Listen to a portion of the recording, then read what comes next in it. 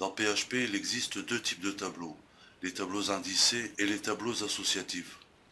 Voyons pour commencer les tableaux indicés.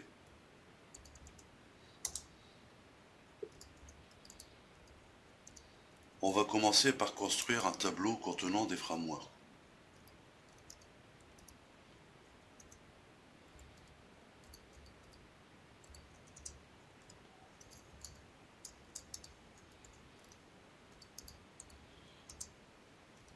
On va en mettre 3 pour l'exemple.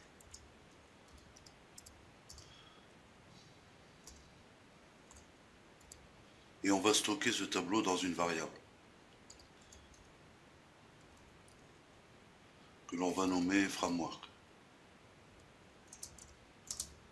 Maintenant, pour pouvoir accéder à l'un des éléments du tableau, on fait un écho sur la variable et à l'intérieur, on met l'indice de l'élément, par exemple 1. L'indice est le numéro de position d'un élément dans un tableau. Ici, j'ai mis 1, donc ça va pointer sur Zen Framework, parce que les indices dans un tableau commencent par 0. Voyons ça. Donc j'ai bien Zen Framework.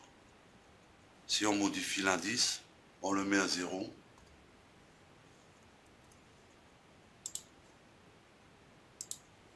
On obtient cette fois-ci Symfony, qui est à la position 0 dans le tableau.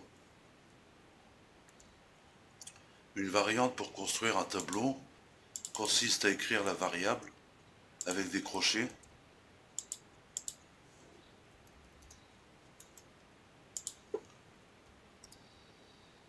et lui affecter la valeur.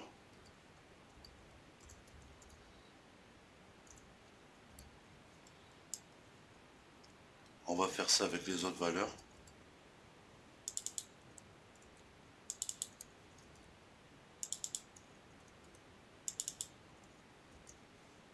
Choisissons cette fois l'indice 2.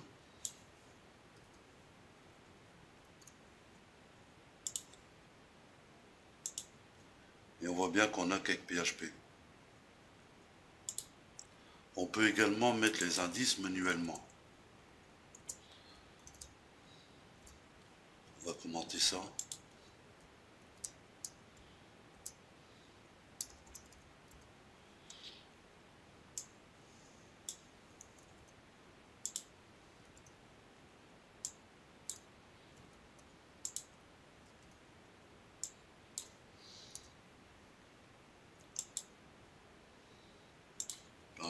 Par exemple, là, on va mettre 0.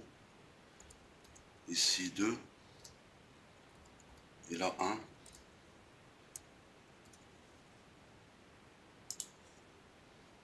Et on obtient bien qu'avec PHP, qui est à la 3e position en partant de 0. Donc à l'indice 2. Pour connaître le nombre d'éléments dans un tableau, il suffit d'utiliser la fonction count sur le tableau.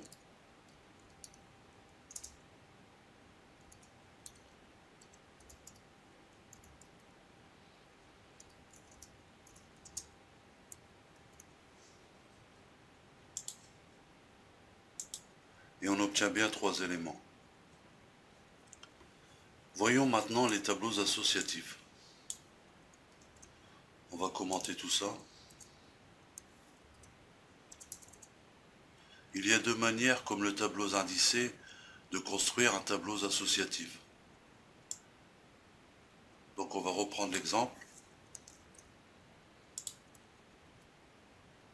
Ici, à un nom, on lui associe une valeur, de cette manière. Et pour l'exemple, on va choisir de mettre le site officiel comme valeur. Donc on a symfony.com. Pour Zen Framework, on a framework.zen.com. Et pour Cake PHP,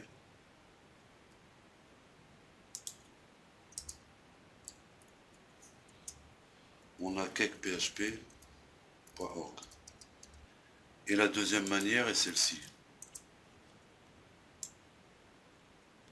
Donc on reprend ça.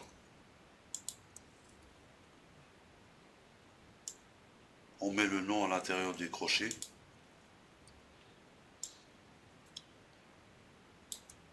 Et l'adresse comme valeur.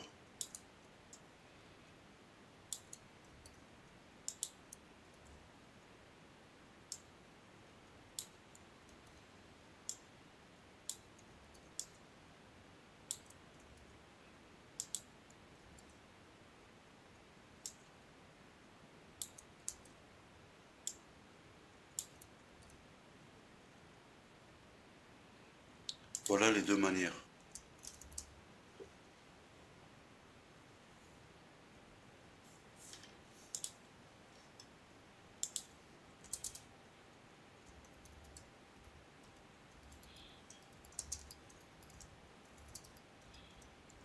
Maintenant, on va accéder à l'élément CakePHP par exemple.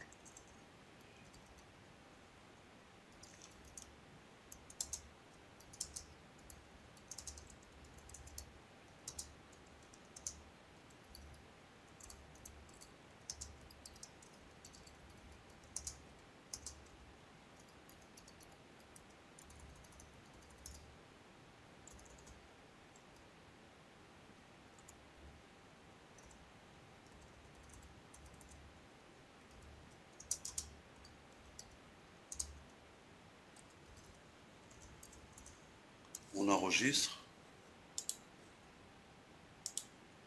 Et on a bien l'élément qu'on voulait. Maintenant, si on veut accéder à tous les éléments, il suffit de parcourir le tableau avec la boucle for each.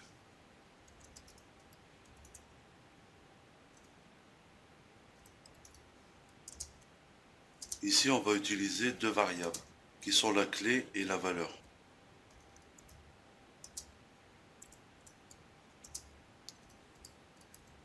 Key représentera le nom de l'élément et value représentera sa valeur.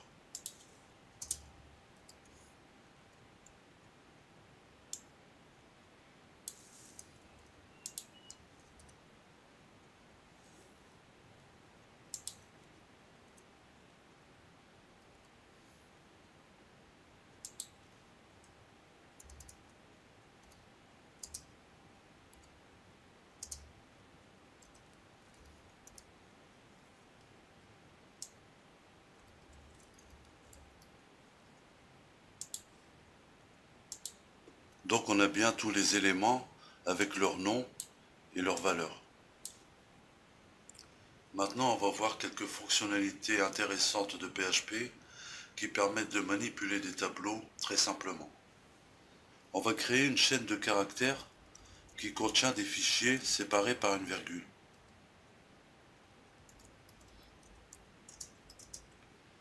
Donc on a index, on a à propos, blog et contact.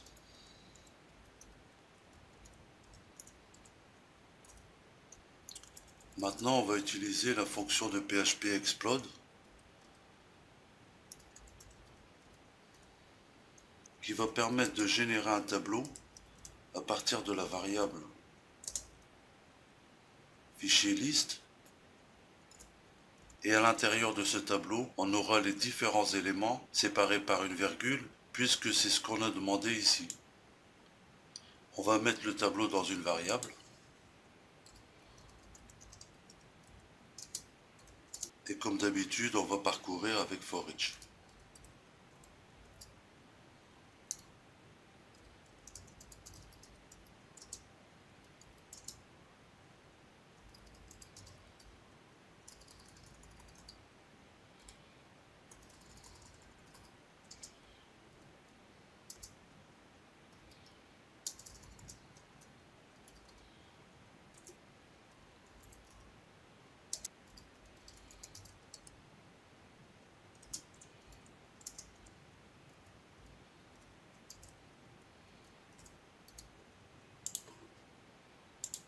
Donc la fonction explode a bien retourné un tableau d'éléments correspondant au fichier qui se trouvait dans la chaîne de caractères séparés par les virgules. On va faire l'opération inverse avec la fonction implode.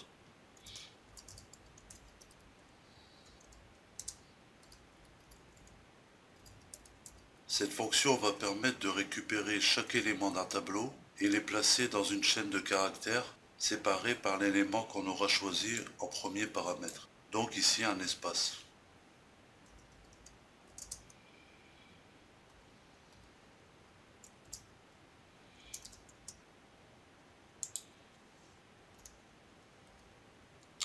Donc on fait un écho sur cette variable.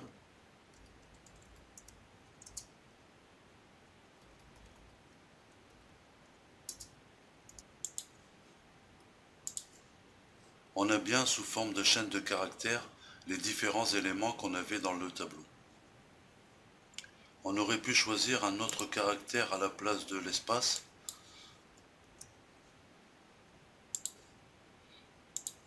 Donc voilà le résultat. Pour trier un tableau, c'est encore plus simple. Pour cela, on va utiliser la fonction sort sur le tableau. On va utiliser le for each pour l'affichage.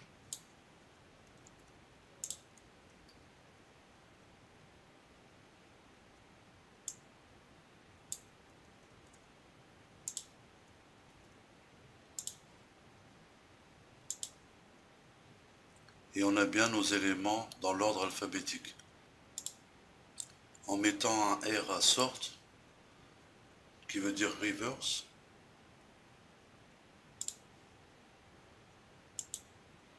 on a cette fois-ci notre tableau dans l'ordre décroissant. Pour terminer, on va voir comment manipuler les tableaux multiples.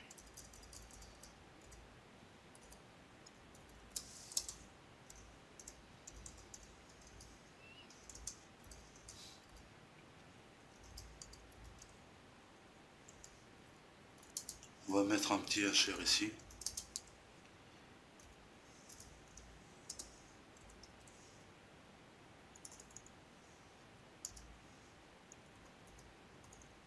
On va commencer par créer un tableau vide.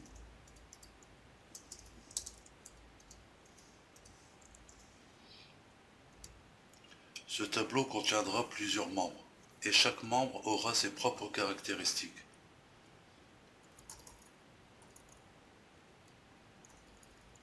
Donc le premier membre aura un pseudo.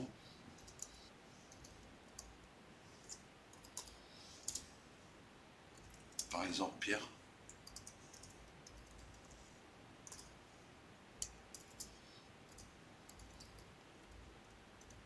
Il aura un mot de passe.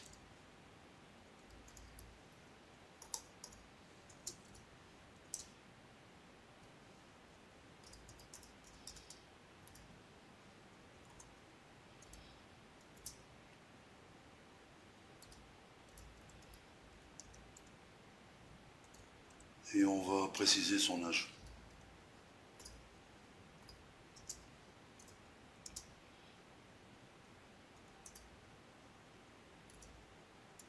On va placer ce membre dans le conteneur à la position 0.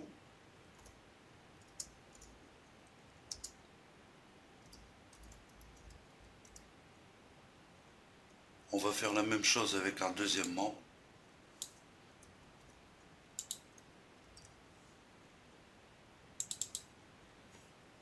Qu'on va appeler par exemple Paul.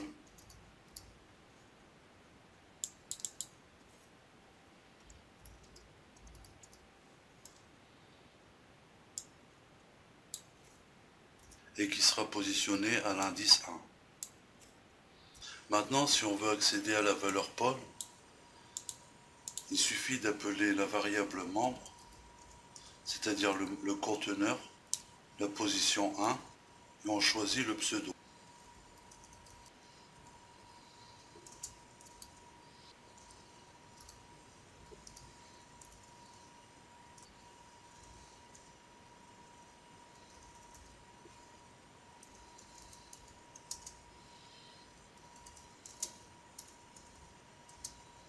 Le pseudo du second membre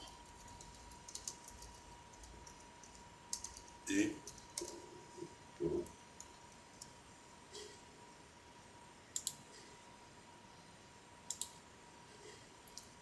Donc on a bien ce qu'on voulait.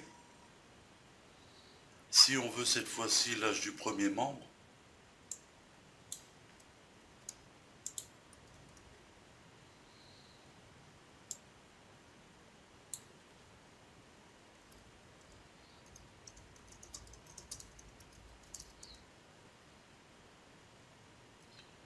on met ici 0 et on choisit âge.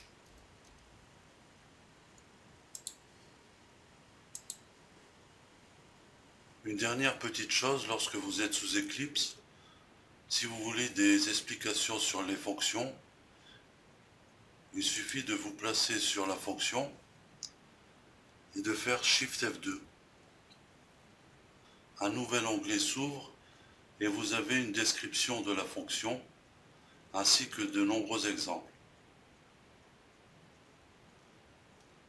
Sur la gauche, vous avez la liste de toutes les fonctions qui permettent de manipuler les tableaux et il est fortement recommandé de les parcourir une à une afin de connaître leur fonctionnement.